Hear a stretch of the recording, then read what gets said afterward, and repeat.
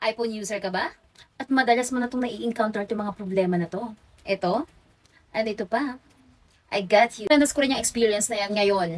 Ngayon na nag-affiliate marketing ako, ngayon na marami akong, mas gamit na gamit ko talaga yung storage ko kasi 128 gig nga lang pala yung phone ko at marami akong videos as affiliate marketing, marami akong ginagawang content. Hindi, konti lang naman yung application ko, pero syempre pag mas marami kang video na ginagawa, mas mabilis mapuno yung storage mo, di ba? Kaya naman naghanap ako ng paraan dito sa TikTok Shop na baka sakaling maremedyohan yung problema ko since wala pa akong pambili ng new phone, di ba? So, eto, 128 gig lang yung phone ko. May nakita ko dito sa TikTok. Itong SanDisk iXpand.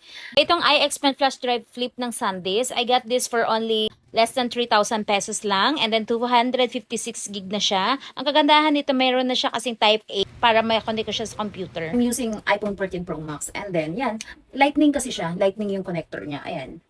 Yan. So, pwede rin to sa iPad. Pwede rin siya sa iPad na ganito rin yung connector. So, tuturo ko sa inyo paano nyo i-store yung mga files nyo. Yung proseso para ma-store nyo yung mga files nyo. Just download iXpand Drive application and then allow nyo lang i-access yung mga photos and videos nyo. Sa photos, mabilis lang siya mag-backup and then sa videos, it takes time lang. Hintayin nyo lang. Kung bet nyo rin to, ilalagay ko to sa yellow basket or nasa showcase ko to. Bye! Yun lang. Thank you.